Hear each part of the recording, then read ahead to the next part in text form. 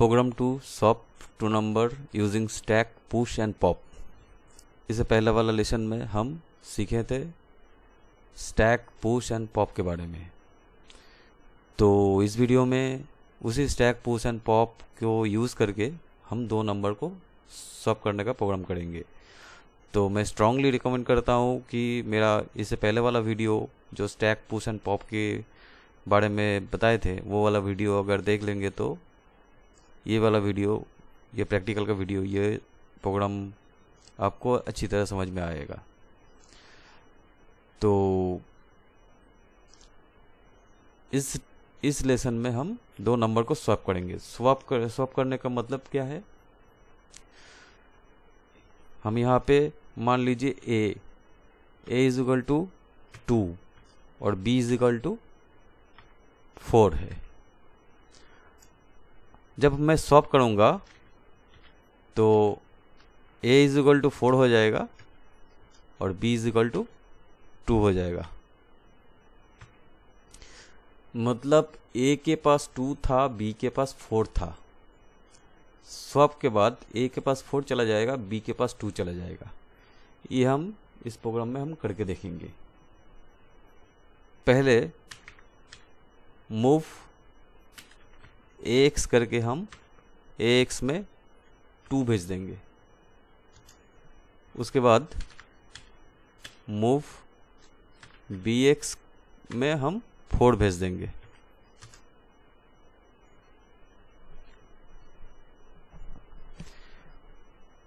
और उसके बाद push ax and push bx करेंगे। Push ax then push bx। Push ax का मतलब a के पास जो नंबर था, a के पास 2 था, 2 चला जाएगा स्टैक में। मान लीजिए एक रैम है, रैम में एक स्टैक मेमोरी ऑक्यूपाई कर लिया, स्टैक इनिशियलाइज कर दिया। उसके बाद पुश ax करने के बाद स्टैक में 2 चला जाएगा और उसके बाद पुश bx कर देंगे तो स्टैक के पास 4 चला जाएगा। अभी फिर से हम अगर पॉप ax करेंगे देन x के पास टॉप वाला चला जाएगा, क्योंकि स्टैक में लीफो कॉन्सेप्ट में डेटा डाला जाता है और डेटा उठाया जाता है। तो लीफो में first in last out, last in first out होता है। तो लास्ट में जो डाला गया वो फर्स्ट में आएगा। तो पुश पॉप ax करने से ये 4x के पास चला जाएगा और उसके बाद पॉप bx करेंगे, तो bx के पास 2 चला जाएगा। अभी ax और bx में जो वैल्यू रहेगा उसको हम प्रिंट करेंगे। प्रिंट करने के बाद आपको दिखाई देगा। तो मैं यहाँ पे थोड़ा एडवांस प्रोग्राम करूँगा जिसमें आपको ऐसा करके दिखाई देगा। एंटर 2 नंबर्स, मान लीजिए आप 2 एंड 4 एंटर किया और एंटर मारने के बाद प्रोग्राम में आउटपुट में एंटर मारने के बाद आफ्टर स्वैप नंबर आएगा 4 देन 2, ऐसा करके आएगा। तो नॉर्मली मैं यूज़र इनपुट के बिना ही प्रोग्राम करके दिखा देते, वो प्रोग्राम बहुत आसान होगा समझने में और करने में भी। प्रोग्राम का कोड भी छोटा होता। लेकिन अभी हम लोग बहुत कुछ सीख चुके हैं, एडवांस प्रोग्राम में हम जा सकते हैं धीरे धीरे। तो हम लोग स्ट्रिंग सीखे हैं, एरे सीखे हैं, यूज़र्स इनपुट लेना सीखे हैं। तो ये सब चीज़ों को आहिस्ता आहिस्ता इस्तेमाल करना भी हम लोगों को आना चाहिए। तो हर प्रोग्राम में हम थोड़ा थोड़ा करके ये सब चीज़ भी यूज़ करेंगे। तो इसमें आज हम स्ट्रिंग को यूज़ करेंगे, एंटर 2 नंबर, आफ्टर स्वैप, ये सब लिखने के लिए। और यूज़र इनपुट से हम इनपुट लेंगे और आउटपुट में स्वैप करके दिखाएंगे। प्रैक्टिकल करने के लिए हमको EMU 8086 में जाना पड़ेगा या डॉसबॉक्स में जाना पड़ेगा। मैं यहाँ पे EMU 8086 में प्रोग्राम करके दिखाएंगे। तो EMU 8086 में न्यू कॉम टेम्पलेट में ओके करते हैं और ये डिलीट कर देते हैं, क्योंकि हम फ्रेश प्रोग्राम बनाएंगे।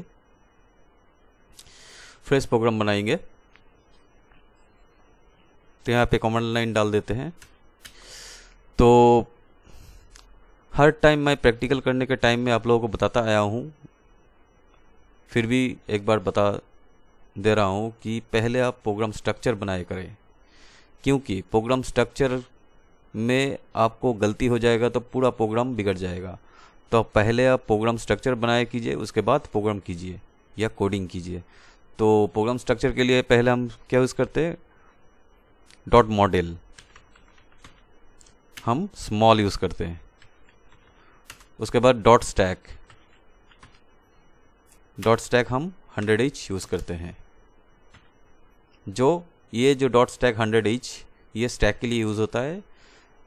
लेसन 23 अगर देखेंगे तो इसको मैं डिटेल्स में समझाए थे, वो वाला वीडियो अगर देख लेंगे तो स्टैक पुश एंड पॉप आपको अच्छी तरह समझ में आ जाएगा, कैसे काम करता है, इसको इनिशियलाइज कैसे किया जाता है, इसका सिंटैक्स क्या होता है, अच्छी तरह यूज़ में आ जाएगा। तो उसके बाद डॉट डेटा में हम वेरिएबल डिक्लेयर करते हैं। उसके बाद डॉट कोड में हम कोडिंग कर लेते हैं। डॉट कोड में हम लोगों को प्रोसीड्योर स्टार्ट करना पड़ता है, तो मेन प्रॉक करके हम प्रोसीड्योर स्टार्ट करते हैं और प्रोसीड्योर ख़त्म होता है मेन एंड पी पे। उसके बाद कोड ख़त्म होता है एन मेन पे। तो ये हो गया प्रोग्राम स्ट्रक्चर। अभी हमको एंटर टू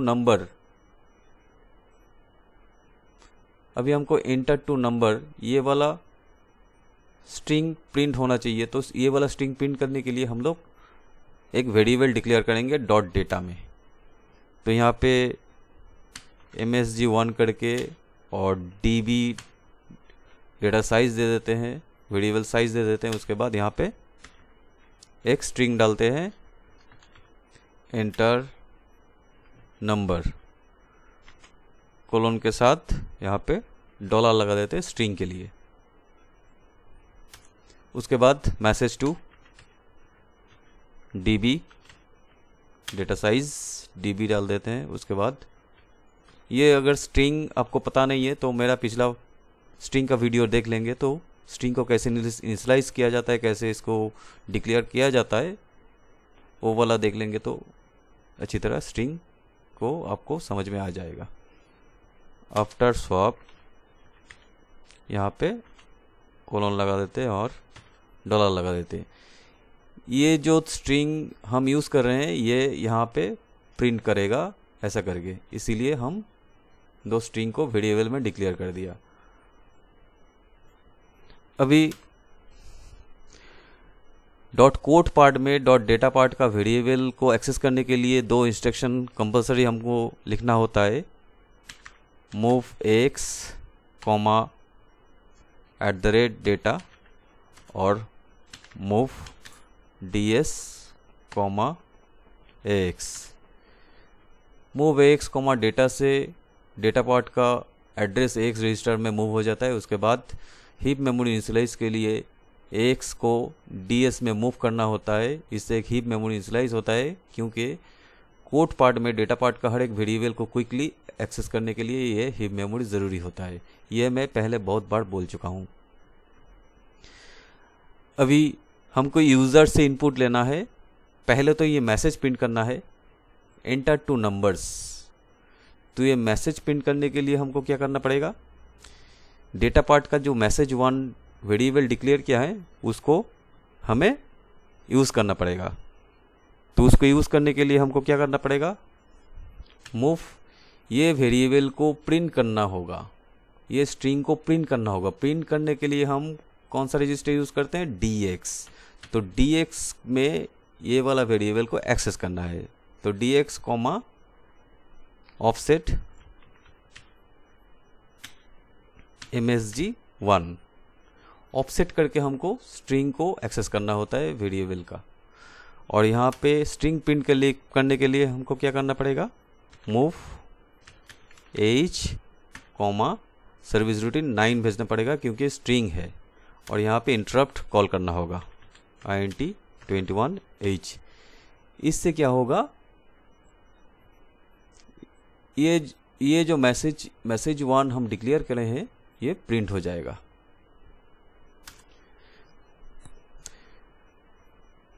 अभी इतना दूर तक हो गया। अभी हमको यूज़र से इनपुट लेना है। यूज़र से इनपुट लेने के लिए एक्यूमुलेटर रजिस्टर में 1 भेजना पड़ता है यूज़र से इनपुट लेने के लिए। तो मूव h, 1, उसके बाद इंटरप्ट कॉल करना होगा int21h। इससे एक इनपुट ले लेगा। यूज़र से इनपुट दिया हुआ डेटा AX रजिस्टर में जाएगा। तो मैं यहाँ पे डायरेक्टली क्या करता हूँ, AX रजिस्टर को पुश करता हूँ स्टैक के लिए। तो पुश AX करूँगा। तो मान लीजिए यूज़र इनपुट दिया 2, यहाँ पे 2 आ जाएगा। फिर से हमको इनपुट के लिए ये 2 इंस्ट्रक्शन लिखना होगा। तो यहाँ पे फिर से हम और एक इनपुट लेने के लिए यहाँ पे कोडिंग करना होगा मूव h, 1, उसके बाद इंटरप्ट कॉल करना होगा int21h। तो दूसरा इंस्ट्रक्शन AX में फिर से चला आएगा। तो फिर से हम यहाँ पे पुश AX करेंगे स्टैक में डेटा लेके जाने के लिए, पुश AX।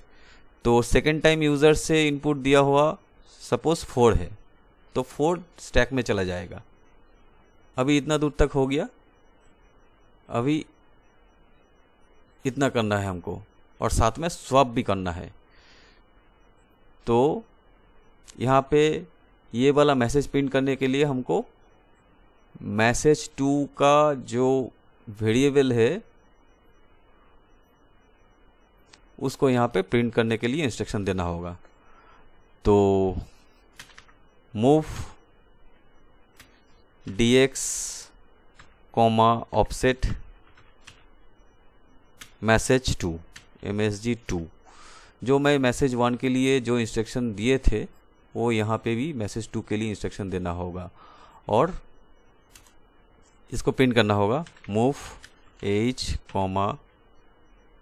9, क्योंकि स्ट्रिंग है, स्ट्रिंग को प्रिंट करने के लिए 9 यूज़ होता है। इंटरप्ट कॉल करना होगा 21h। तो इससे क्या होगा, ये इतना दूर तक प्रिंट हो जाएगा, इतना दूर तक प्रिंट हो जाएगा। तो हमें स्वैप भी करना है। स्वैप के लिए हमको स्टैक से डेटा को निकलना होगा। निकलने के लिए हमको क्या करना पड़ेगा, पॉप dx। डायरेक्टली हम dx में ट्रांसफ़र करके प्रिंट कर देते हैं। तो क्या होगा, ये 4 पहले dx में चला जाएगा, उसको प्रिंट कर देंगे। उसके बाद फिर से पॉप dx करेंगे तो 2 आके प्रिंट हो जाएगा। तो यहाँ पे कमेंट डाल देते हैं मूव h, 2 और int21h इंटरप्ट कॉल कर दिया। तो इससे क्या होगा, 4 स्क्रीन में प्रिंट हो जाएगा। अभी 2 के लिए हमको फिर से पॉप dx करना होगा, पॉप dx, उसके बाद मूव h, 2 और इंटरप्ट कॉल कर दिया int21h। ये सारा प्रोग्राम हो गया। अभी प्रोग्राम में रिटर्न टू डॉस भी आना है हमको। तो उसके लिए 2 इंस्ट्रक्शन कंपलसरी है। वो 2 इंस्ट्रक्शन निकलने के लिए हमको लिखना पड़ेगा move h, 4ch then interrupt. इससे रिटर्न टू डॉस होता है। तो आई थिंक प्रोग्राम में कहीं गलती नहीं है। अगर गलती है तो चलिए रन टाइम हमको इसको हैंडल कर लेंगे।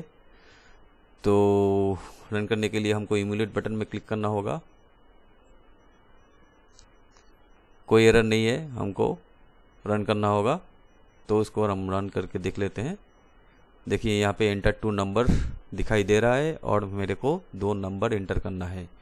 पहले मैं 2 दबा देता हूँ, उसके बाद 4 दबा देता हूँ। और यहाँ पे जैसे कि आप देख सकते हैं आफ्टर स्वैप 42 मतलब 4 देन 2 आया है, मतलब नंबर स्वैप हो गया। तो इसको आप नीचे लेके आ सकते हैं। इसके लिए एक कैरेज रिटर्न और एक इंटर प्रिंट करना होगा आपको यहाँ पे। तो इसके लिए हमको क्या करना पड़ेगा, एक कैरेज रिटर्न होता है 10 से और इंटर प्रिंट करना होता है 13 से। तो दोनों को हम अगर प्रिंट कर लेंगे तो ये वाला जो आफ्टर स्वैप 4 और 2 ये नीचे आ जाएगा। तो यहाँ पे हम क्या कर लेते हैं, मूव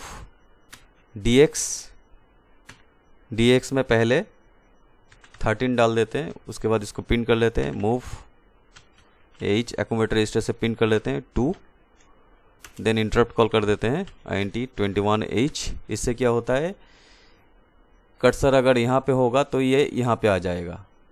अभी यहाँ से पिंड होगा, नहीं तो अगर कैरेज रिटर्न नहीं करते तो यहाँ से फिर से पिंड होगा, लेकिन हमको यहाँ से पिन करना है तो इसके लिए कैरेज रिटर्न करना होगा। ये दो भी मैं पहले एक वीडियो में समझाए थे अच्छी तरह, वो देख लीजिएगा।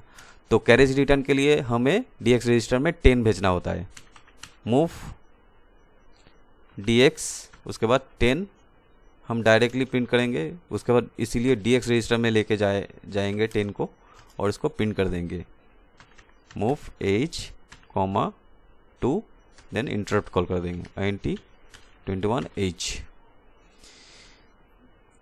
इन ये जो 4 लाइन है इससे क्या होगा, ये आफ्टर स्वैप जो आ रहा है ये यहाँ से स्टार्ट होगा प्रिंट करना। तो इसको बंद कर देते हैं आउटपुट को और फिर से रन करके देख लेते हैं, इमुलेट करके, कोई एरर नहीं। अभी रन करके देख लेते हैं, यहाँ पे फिर से 4 और 2 देते हैं और देखिए जैसे कि आ गया आफ्टर स्वैप 2 और 4। तो इधर से इनपुट लेके हम 2 नंबर इनपुट दिया, उसके बाद स्वैप किया, बस सिंपल सा प्रोग्राम था, कुछ नहीं था। आप ट्राई करके देखिए, अगर प्रॉब्लम होगा तो कमेंट करके बताइए, हम आपका प्रॉब्लम को कमेंट में सॉल्व कर देंगे। और अगर नए हैं तो चैनल को सब्सक्राइब कीजिए। अगर वीडियो को अच्छा लगे तो लाइक एंड शेयर ज़रूर कीजिए। Thank you so much.